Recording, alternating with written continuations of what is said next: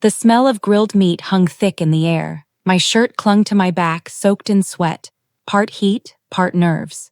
I'd just set my house keys, the ones I worked years to earn, down on the picnic table when my mom's voice cut through the laughter like a whip. "You stole your brother's future." The whole yard went quiet. Forks froze midair. Every eye locked on me like I'd just confessed to a crime.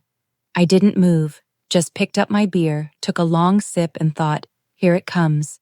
I'd left home at 16, not because I wanted to, but because staying meant drowning. My parents poured everything they had into my older brother Daniel, their golden boy, his car, his college, his rent. Meanwhile, I was flipping burgers at night, stocking shelves at sunrise, and studying in between. No vacations, no birthdays, missed a shift, missed rent. But I kept going, saved every dollar, learned what it really meant to stand on my own. By 24, I'd done the impossible, got a mortgage, bought my own house, earned my freedom. And somehow, that meant I'd stolen Daniel's future. That barbecue wasn't the betrayal, it was just the beginning of what was about to unravel. The real betrayal showed up a week later with a knock on my door, a manila envelope shoved into my hands, summons, plaintiffs, my parents, accusation, intentional interference in the economic opportunity of their son, Daniel. I laughed so hard the process server gave me a look. My own family was suing me for working too hard, for doing better than they expected. But as I kept reading, the laughter died. They were serious. They wanted money, almost the exact amount I'd saved for my house down payment. They wanted to take my home. That's when the heartbreak burned out and something sharper took its place. I didn't rage, didn't cry. I just sat at my kitchen table, the one I built myself from clearance wood, and my laptop and started planning. Step 1, call a lawyer. Not just any lawyer, but a family law bulldog known for tearing apart baseless lawsuits. Step 2, gather every receipt, every pay stub, every lease. Step 3, smile, because they'd just dug a hole and I had the shovel. The day of the hearing, my parents walked in like royalty, Daniel trailing behind like their shadow. He couldn't even look at me. Mom clutched her pearls, face twisted like she was the victim in some soap opera.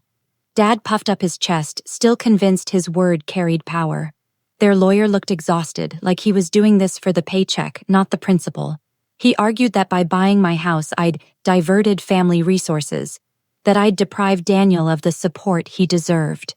The judge's eyebrows shot up so high I thought it might disappear into her hairline.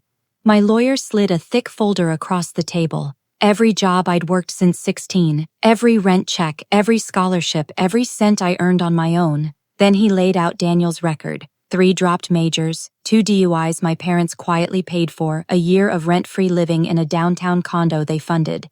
The difference was brutal, precise, undeniable. By the time my lawyer was done, the courtroom felt more like a funeral than a hearing. Then came my turn. The judge told me I could speak.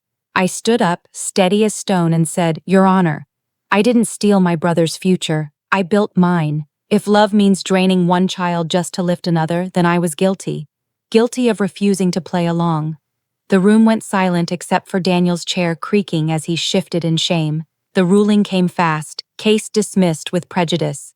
They could never sue me for this again, but the real punishment wasn't the verdict, it was financial.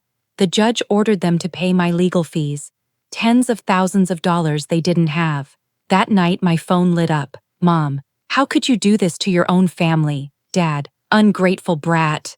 "Daniel, nothing, just silence." And for once, that silence felt like victory, louder than every accusation they'd ever thrown at me. A few weeks later, I hosted my own barbecue. Same smell of grilled meat, same picnic tables, but this time, surrounded by people who earned their own way. Friends who knew the value of hard work. I set my house keys on the table again, and no one shouted, no one accused, they just smiled and raised their glasses. That's when it hit me. I didn't need their approval, their inheritance, or even their name. I had everything that mattered, my house, my peace, my freedom. The lawsuit that was supposed to ruin me ended up exposing the truth. Their illusion of control was bankrupt. So if you're wondering what happened next, it's simple. They tried to sue me for building a life. Instead, they paid for it.